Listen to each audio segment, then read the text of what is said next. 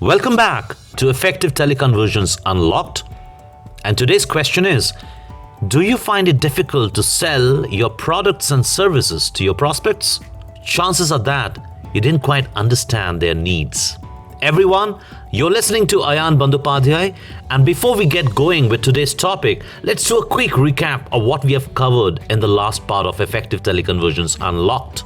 In the last series, we spoke about the psychodynamics of your prospects' social behavior. You now know how to flex your style and deepen your relationship with them. If you haven't yet watched the previous part of this course, then my recommendation is do that first. The link to access the previous part is shared in the description below. Also, it would be a good idea to subscribe to this channel and get notified immediately when we upload the subsequent videos of the remaining course. So let's get going. The world has changed in the last 8 months, and so has our consumption patterns, isn't it? How many of us would buy a movie ticket today, or a gym membership for that matter? Well, we may have strong desires to do that. However, we will have to wait till the pandemic situation is totally under control. On the other side, how many of us bought a Netflix subscription or an Amazon Prime Video subscription? Almost all of us. So what did we buy? Products and services? Or did we buy solutions and values? And why did we buy? Because we wanted to satisfy our desires? Or we bought it because we wanted to satisfy our needs? The answer is, we don't buy products that we desire, but we buy solutions that satisfies our needs. So what are needs?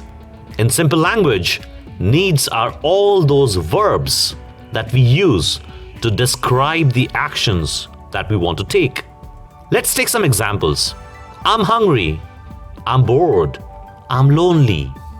So what are my needs here? Some of you may say hunger, boredom, and loneliness are needs. Well, let me help you understand. Hunger, boredom, and loneliness are symptoms that calls for some actions. If I'm hungry, I need to eat food. If I'm bored, I need entertainment. Similarly, if I'm lonely, I need to catch up with my friends. See, all of these action phrases are my needs. Therefore, needs are all those verbs that we use to describe the actions we want to take.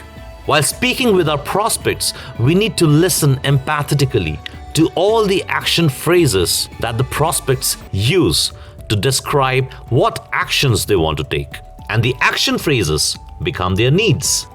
Some quick tips that will come handy. Number 1, before speaking with your prospect, make sure you have a pen and a paper ready to take some notes. Number 2, while talking to your prospect, paraphrase whatever they are saying in your own words and write them down. And number 3, make a visual representation of your notes. For example, a simple hand-drawn flowchart works wonders. The visuals will help you imagine the solutions that will satisfy your prospect's needs, and hence they will love to buy. But hang on, there are some more things to know before we start selling. I'll tell you the right time to sell when it comes. Now, since we have started uncovering needs, let's deepen our understanding a bit more. Along with the need, it's very important to identify the intensity of the need. Time for a story. Imagine that I've just bought my first car. A long-time dream has come true.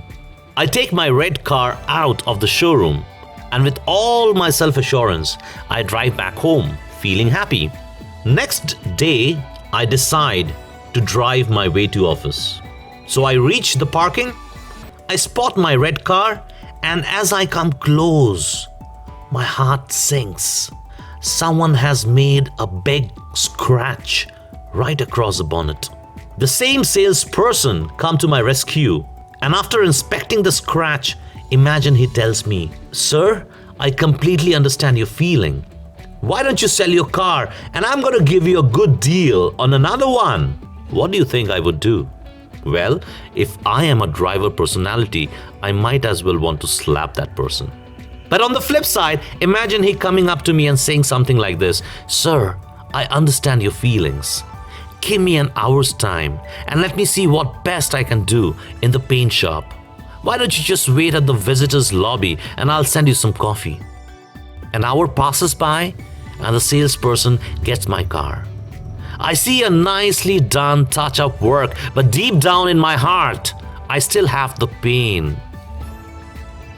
I drive back home. Months pass by. The new red car is not that new anymore. It's got a few more scratches. I again visit the showroom for a scheduled service. The same salesperson greets me with his amazing smile.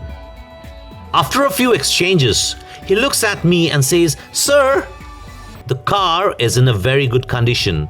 It's going to get you some good resale value." I just look at him and smile. I take my car, and while driving back, I start thinking. A year passed by and I already found out what could be a good deal for the car. In the meantime, I also got my promotion. In my next visit to the service station, the same salesperson greets me with a smile, and this time he makes his smart move and says, "Sir, would you like to sell your car if I offer you a good deal that you can't resist?" That's the end of the story. What do you think I would do? Well, chances are highly likely that I'd take this offer this time. Now let's rewind to the first time I met this guy when I wanted to fix the scratch on the bonnet and see what happened subsequently. Did I have a need for a new car? Well, not exactly. The need to buy a new car wasn't there. However, the smart salesperson started implanting the seed of that need in my mind. My so-called need to buy a new car was very weak. In other words, the intensity of the need was very weak. We call this as a latent need. Let's look at the other scenario. When a couple of years passed by, I received my promotion. The same salesperson continued to nurture that seed and develop my need. And my latent need started getting stronger and stronger when finally one day it converted to a stated need. And the moment it became a stated need, the smart sales guy hit the iron hot and influenced my decision to buy a new car. So what do you learn from this story? Number one, never propose a solution when the need is very weak. In other words, when the need is at a latent state. Instead, develop the need. Propose a solution when the need is strongest. In other words, when the need is stated. Close the sale and take the money. Consider these 4 statements. I'm fairly okay with the solution I have. I'm slightly disappointed with the solution I have. I have a problem with the solution I have. I need a solution to my problem. Now, let's arrange them from the weakest to the strongest.